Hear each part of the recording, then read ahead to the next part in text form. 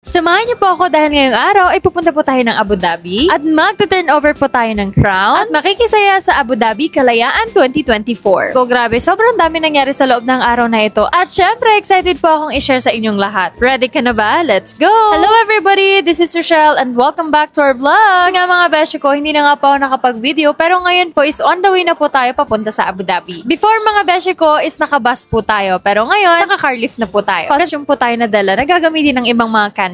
Gawa po ng aking brother. Opo mga beshi ko, bukod po sa ginagawa niya ako ng mga gamit na sinusuot ko kapag may mga events ako, costume designer din po siya. Opo. Grabe mga beshi ko, napapansin nyo ba? Hindi ko alam kung napapansin nyo, kundi ramdam nyo na ba yung init talaga dito sa Dubai? Nga pala mga beshi ko, ang Abu Dhabi po ay ang capital ng UAE. Minsan kasi mga beshi ko, napagkakamalan po na Dubai po yung capital. Pero Abu Dhabi po talaga siya. Okay, so fast forward. Pagkarating ko nga po pala ng tutuloyan namin, dumiretso na po ako para sukatin yung susuotin ko para sa turnover ko. And grabe, sobrang ganda, sobrang nakaka-elegant, sobrang nakakababae, ang ganda. Alam niyo ba mga beshi ko, pagkakita ko ng gown na to, grabe, na-amaze talaga ako bigla. Sabi ko, grabe naman gumawa yung designer na to.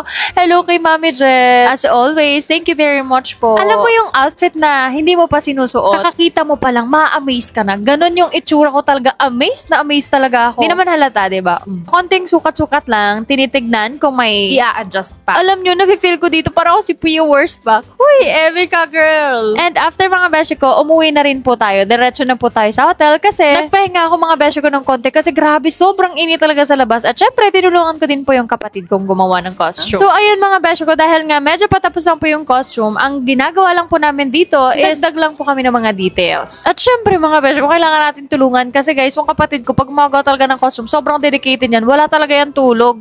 Opo, hindi naman halata, no? At saka grabe, napakapulido talaga. And ayun mga beshi ko, after nga po natin siyang tulungan, nadala na rin po natin yung costumes dun sa pinakang venue. And ngayon, tayo naman yung nag-ready para pupunta dun sa pinakang venue. Opo. And nga pala mga beshi ko, kasabay nga po pala ng pageant yung mismong celebration ng Independence Day. So mga beshi ko, dito na po tayo sa location and syempre hanapin natin mismo yung pinakang venue sa loob. Opo. And ayun, syempre hindi mawawala yung tanong-tanong. Opo. Alam nyo, kapag mag-isa ka talaga, bawal kang mahiyang magtanong. Opo. Kailangan madaldal ka talaga kasi pag hindi, baka maligaw ka. And ayun mga beshi ko, hanap-hanap lang po sa mga kasama ko. Chine-check ko kung nasa kabilang room o nandito ba sa kabilang room. And finally, nakita ko na po sila. Opo. And fast forward mga beshi ko, dahil nga po nagsimula na yung pageant. Sa huli pa naman tayo lalabas mga beshi ko. Nagpa-makeup na po tayo. And grabe, alam nyo ba, amazed na naman ako sa nang-makeup sa akin. Sobrang ganda ng gamit. Sobrang soft lang ng paghawak sa face ko. And sobrang, alam niyo, ang ganda-ganda ko nung gabi. Nung gabi lang. Salamat po sa inyo. Grabe, sobrang galing nyo po. Transition, 1, 2, 3. Kala mo naman? Huy, apakaganda ko dito guys. Tsaka alam nyo ba, amazed na amazed ako kung paano niya ako make-upan. Kasi sobrang detalyado talaga ng makeup sa under eyes, sa mismong eye makeup, sa eyebrows. Grabe, sobrang ganda. So mga beshi ko, nagme-makeup din po kasi ako. Kaya medyo may alam tayo ng konti. Pero this time, grabe na-amaze ako. And alam nyo ba, bihira na lang po ako ma-makeupan ng mga ibang makeup artists. Kasi syempre, wala naman na po ako sa Pilipinas para syempre humingi ng tulong sa mga makeup artists na nag-handle talaga sa akin. And this time, grabe, sobrang sarap pala talaga. And nami-miss ko yung ganong energy. And ayun, grabe, finally, tapos na siya, guys. Pakaganda. Sabi ko naman sa inyo, diba? Huwag kayong magtaka. Ako lang po to, opo. And dahil nga po, kailangan ko nang lumabas, minadali na po nila ako. Opo, may nagpa-plancha, may nagre-retouch ng makeup. And ayun, mga beshi ko, after nito, syempre, magbibihis na tayo. Ayun nga po, mga beshi ko, dahil nga po tapos na yung costume na nasuot ng brother ko sa ibang candidates, ako naman po yung tutulungan niya. Pala mga beshi ko, ito nga po pala yung mga ginawa niyang costume. Diba? Panagbenga Festival Queen and Harvest Queen. Diba? Grabe, sobrang creative niya talaga. Uy, may bayad to Ayun mga beshi ko, bis lang po muna. And syempre, dahil nga tapos na tayo, kailangan na natin bumaba. Opo. Grabe, diba? Sobrang ganda ng gown. Alam nyo, pinapanood ko tong vlog na to. Na-amaze talaga ako. Sobrang galing mo talaga, Mami Jet. Sobrang ganda. And alam nyo, struggle is real talaga kapag mga ganitong pangyayari. Kasi syempre, bababa ka ng hagdan. And ng heels ko, guys. Tingnan nyo naman yung heels ko. Parang, ang heels ko dito is parang 9 inches or 8.5 something ganyan. Diba? Syempre, guys, kailangan natin isuot yung ating gown and sash. Mutya ng Kasrilan Charity 2023. And syempre, ayan, kailangan din talaga ng tulong ng ating mga Godmother. Huy!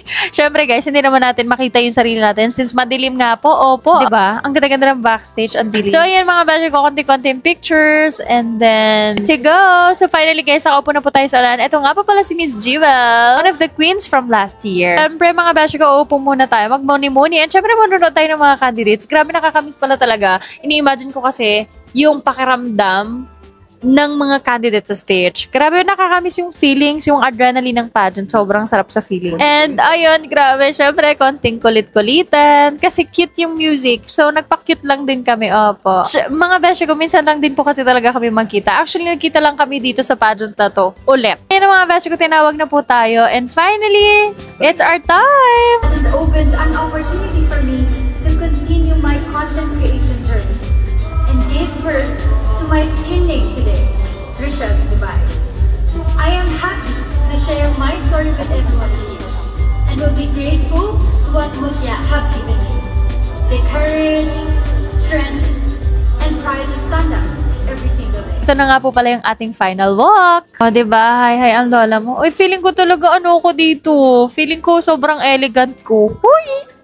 Alam nyo, sobrang sarap sa feeling. Kasi pumunta ako dito sa ibang bansa. Hindi ko naman talaga na-imagine. Nasasali na ulit ako ng pageant. Kasi ang tagal-tagal na nun guys. 4 years ago na bago pa ako nakasali ulit. At alam nyo, hindi ko na rin talaga na-imagine na makakasali pa ako ng pageants. At mabigyan ako ng pagkakataon na manalo sa ganitong pageants. Grabe. So thank you very much po. So ayan mga beshi ko, in-awardan na po yung aming designer. Shout out to Mami Jet. So sa mga panahon na ito mga beshi ko is awarding na po ng winners. Syempre nakaantabay lang po yung mag-a-award ng mga crowns. So, ayan nga mga beshi ko, nag-awarding na nga po. At akalain Candidate number 3, Rasha Alexandra will next season.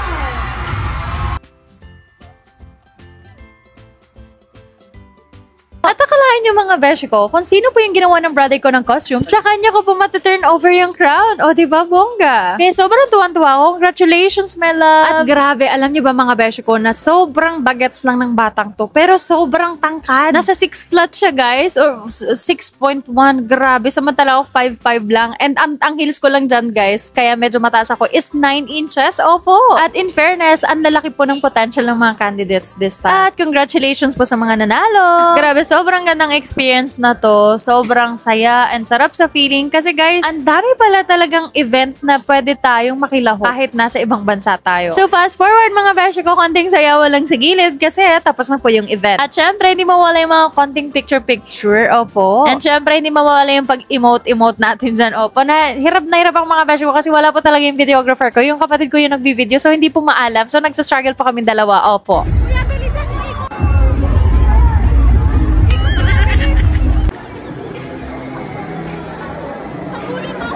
Kitang-kita nyo naman, di pa ako galit dyan expression ko lang po yan. Alam nyo, ang tagal talaga bago makuha. Pero hindi ko nga po alam kung nakuha talaga. Diba? Oo. Sino ka dyan? Hirap na hirap. At syempre, na-meet ko din po yung iba nating mga beshies. Hello po sa inyo. Alam nyo ba mga beshi ko, hindi ko rin po talaga akalain na may makakakilala dito sa akin sa Abu Dhabi. So sa mga nakakilala sa akin, maraming salamat po. Nice meeting you all po. So yun lang mga beshi ko, sobrang dami nangyari ngayong araw na to. So actually mga beshi ko, madaling araw na po natapos yung event. At syempre, hindi naman tayo pwede magtagal sa Abu Dhabi at marami po tayong naiwang trabaho dito sa Dubai kaya nag-travel na rin po tayo pa uwi. Sobrang pagod pero masaya. So ayun lang ang nangyari buong araw. At sana samahan niyo pa rin po ako sa mga susunod kong mini vlog. And that's it for today's video guys. Thank you very much for watching. Until our next vlog. Bye-bye!